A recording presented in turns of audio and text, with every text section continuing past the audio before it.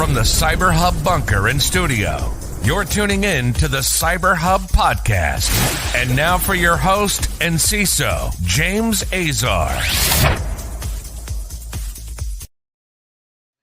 Top of the morning, security gang. Welcome to another episode of the CyberHub Podcast, Thursday, March 14th, 2023.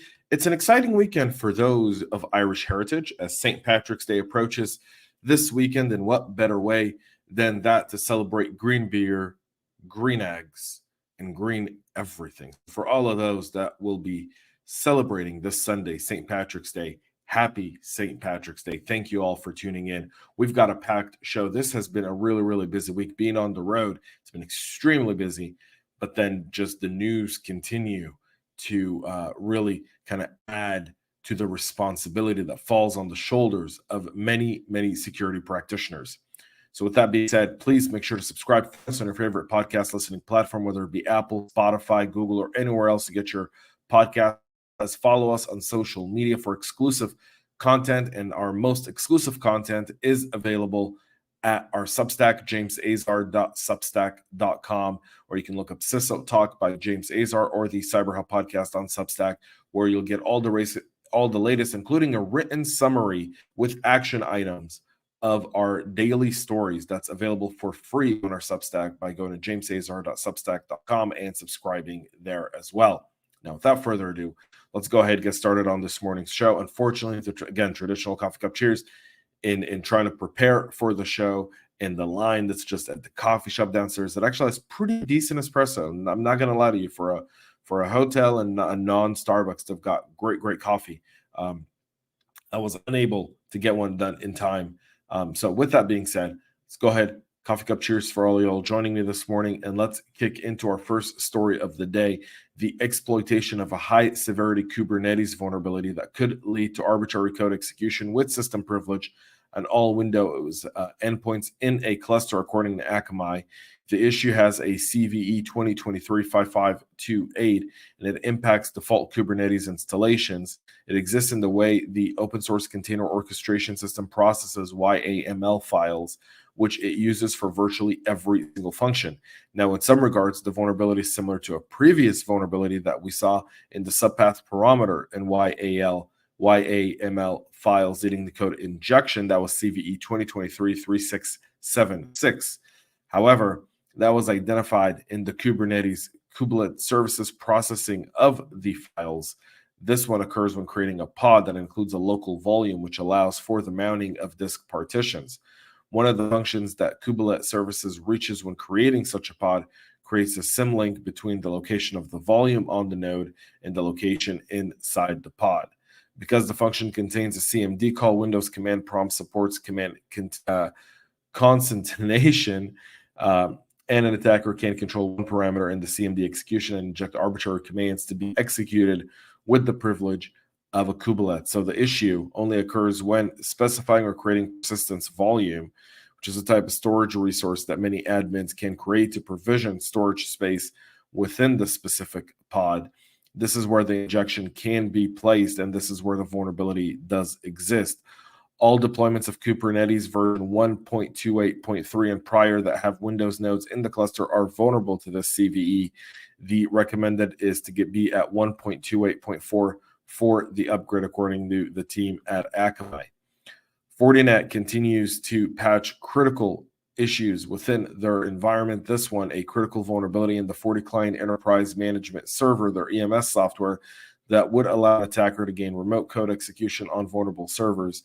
The FortiClient EMS enables admins to manage endpoints connected to enterprise network, allowing them to deploy FortiClient software and assign security profiles on Windows device.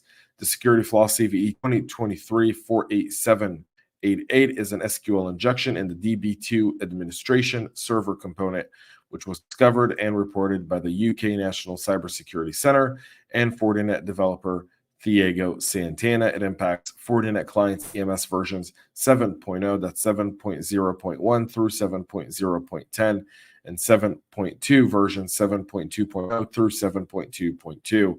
It would allow an unauthenticated attacker to gain remote code execution with system privileges on unpatched servers in a very low complexity style of attack that does not require user interaction.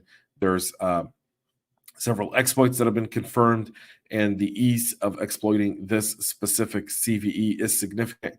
It's recommended by Fortinet and many other security professionals to patch this specific thread immediately when you can.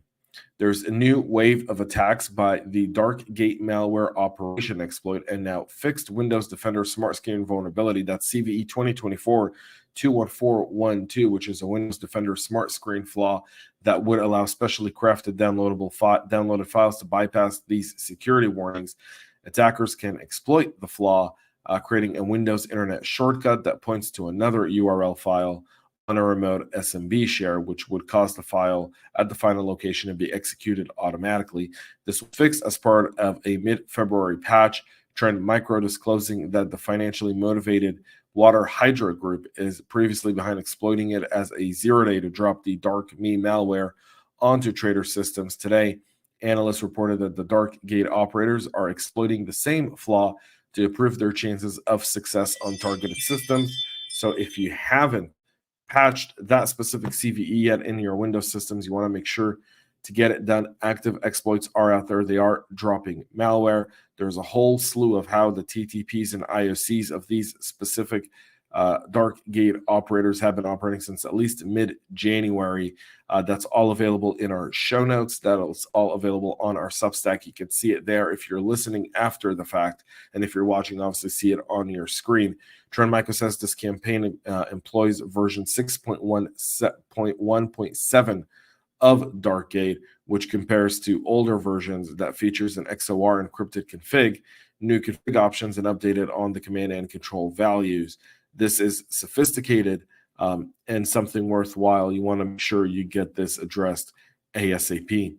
Nissan Oceana is notifying roughly 100,000 individuals of a data breach resulting from a ransomware attack conducted by a known cybercrime group in late 2023. The car makers detected the intrusion on December 5th, informed customers about a disruptive cyber incident that very day. The attack impacted Nissan Motor Corporation and Nissan Financial Services in Australia and New Zealand. The Akira ransomware group took credit for the attack, claiming to have stolen nearly 100 gigabytes of information from the company, including corporate files and personnel information. The hackers have also since published files allegedly stolen from the Nissan system, which suggests the car manufacturer has refused to give in to ransom demands. Following an investigation conducted with the aid of government authorities and external experts, the company has determined that the data breach impacts some Nissan customers, dealers, and current and former employees. The customers of Mitsubishi, Renault, Skyline, Infiniti, LDV, and Ram branded finance businesses were also impacted by this specific data breach.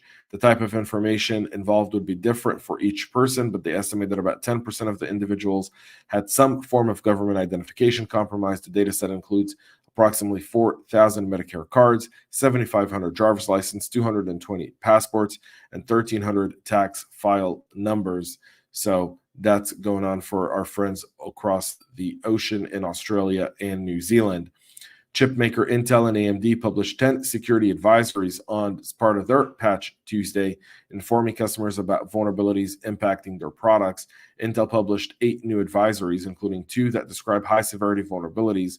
One of the high-severity issues is a local privilege escalation impacting the BIOS firmware for some Intel processors. The second is a local privilege escalation that impacts the on-chip debug and test interface in the 4th-generation Intel Xeon processors when using SGX or TDX technology. The remaining 9 issues have medium or low severity ratings. Most of them impact processors, and their exploitation could lead to information disclosure, denial of service, and local privilege escalation.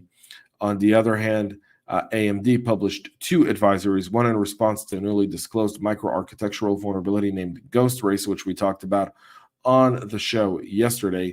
Intel did not mention Ghost Race in their latest advisory, despite financially supporting the project.